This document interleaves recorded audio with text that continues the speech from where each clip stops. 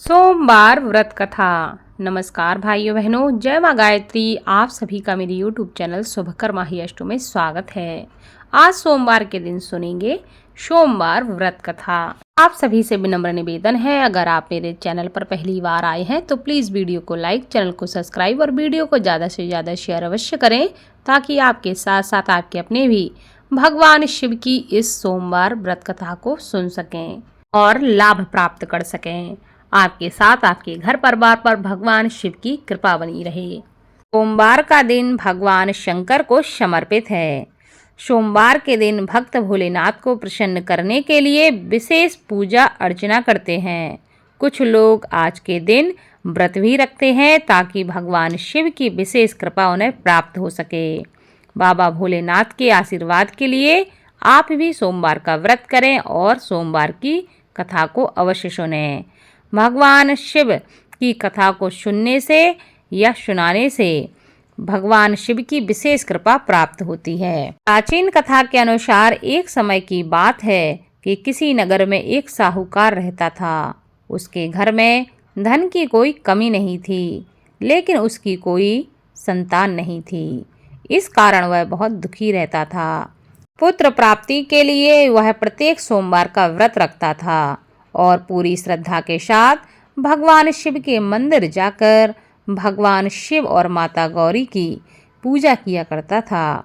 उसकी भक्ति को देखकर एक दिन माता पार्वती प्रसन्न हो गईं और भगवान शिव से उस साहूकार की मनोकामना को पूर्ण करने का आग्रह करने लगीं।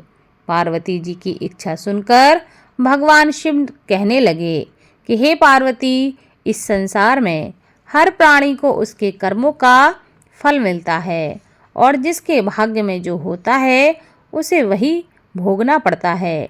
लेकिन पार्वती जी ने साहूकार की भक्ति का मान रखने के लिए और उसकी मनोकामना पूर्ण करने की इच्छा जताई। माता पार्वती के आग्रह पर भगवान शिव ने साहूकार को पुत्र प्राप्ति का वरदान दे दिया, लेकिन साथ ही यह भी कहा कि उसके बालक की आयु केवल 12 वर्ष हो गई। माता पार्वती और भगवान शिव की बातचीत वह साहूकार सुन रहा था। उसे ना तो इस बात की बहुत खुशी थी और ना ही बहुत दुख। वह पहले की भांति भगवान शिव की पूजा करता रहा। कुछ समय के बाद साहूकार के घर एक पुत्र का जन्म हुआ। वह बालक 11 वर्ष का हुआ तो उसे पढ़ने के लिए उसके माता पिता ने काशी भेज दिया। साहूकार ने पुत्र के मामा को बुलाकर उसे बहुत सारा धन दिया और कहा कि तुम इस बालक को काशी विद्या प्राप्ति के लिए ले जाओ और मार्ग में यज्ञ कराना। जहाँ भी यज्ञ कराओ वहाँ ब्राह्मणों को भोजन कराते जाना और दक्षिणा देते हुए ही जाना। दोनों मामा भांजे इसी तरह यज्ञ कराते और ब्राह्मणों को दान दक्षिणा देते काशी की ओर चल पड़े। रात में एक नगर पड़ा जहाँ नगर के राजा की कन्या का विवाह हो रहा था, लेकिन जिस राजकुमार से उसका विवाह होने वाला था वह एक आंख से काना था। राजकुमार के पिता ने अपने पुत्र के काना होने की बात को छुपाने के लिए एक चाल सोची। साहूकार के पुत्र को देखकर उसके मन में एक विचार आया। उसने सोचा, क्यों ना इस लड़के को दूल्हा बनाकर राजकुमारी से विवाह करा दूं। विवाह के बाद इसको धन देकर मैं विदा कर दूंगा और राजकुमारी को अपने नगर ले जाऊंगा। लड़के को दूल्हे के वस्त्र पहनाकर राजकुमारी से विवाह कराने के लिए उसने उसके मामा से प्रस्ताव रखा। उसका मामा लालच में आकर तैयार हो गया और उसने अपने भांजे को लड़के की जगह दूल्हा बनाकर वस्त्र पहनाकर राजकुमारी से विवाह करा दिया। लेकिन साहूकार का पुत्र बहुत ही ईमानदार था। उसे इस बात का जब पता चला तो न्याय संगत उसने सोचा कि यह छल होगा, इसलिए उसने अवसर पाते ही राजकुमारी को चुन्नी के पल्ले पर लिखा कि तुम्हारा विवाह तो मेरे साथ हुआ है, लेकिन जिस राजकुमार के संग तुम्हें भेजा जाएगा वह एक आंख से काना है। मैं तो काशी में पढ़ने जा रहा हूँ। जब राजकुमारी ने चुनरी पर लिखी बातें पढ़ी तो उसने अपने माता पिता को यह सच्चाई बताई। राजा ने अपनी पुत्री को विदा नहीं किया, जिससे बारात वापस लौट गई। दूसरी ओर साहूकार का लड़का और उसका मामा काशी पहुँचे और वहाँ जाकर उन्होंने यज्ञ किया। जिस दिन लड़के की आयु 12 साल की हुई, उसी दिन यज्ञ रखा गया। लड़के ने अपने मामा से कहा कि मेरी तबीयत कुछ ठीक नहीं लग रही। मामा ने कहा कि तुम अंदर जाकर सो जाओ। भगवान शिव के वरदानुसार कुछ ही देर में उस बालक के प्राण निकल गए। मृत भांजे को देखकर उसके मामा ने विलाप करना शुरू कर दिया।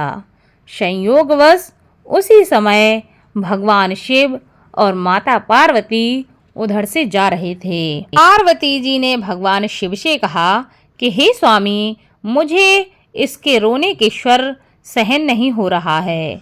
आप इस व्यक्ति के कष्ट को दूर कर दीजिए। जब भगवान शिव मृत बालक के समीप पहुँचे तो वह बोले कि यह उसी साहूकार का पुत्र है जिसे मैंने 12 वर्ष की आयु का वरदान दिया था। आज इसकी आयु पूरी हो चुकी है, लेकिन मातृभाव से विभोर माता पार्वती ने कहा कि हे महादेव, आप इस बालक को और आयु देने की कृपा करें, अन्यथा इसके वियोग में इसके माता पिता भी तड़प तड़प कर मर जाएंगे। माता पार्वती के आग्रह पर भगवान शिव ने उस लड़के को जीवित होने का वरदान दिया।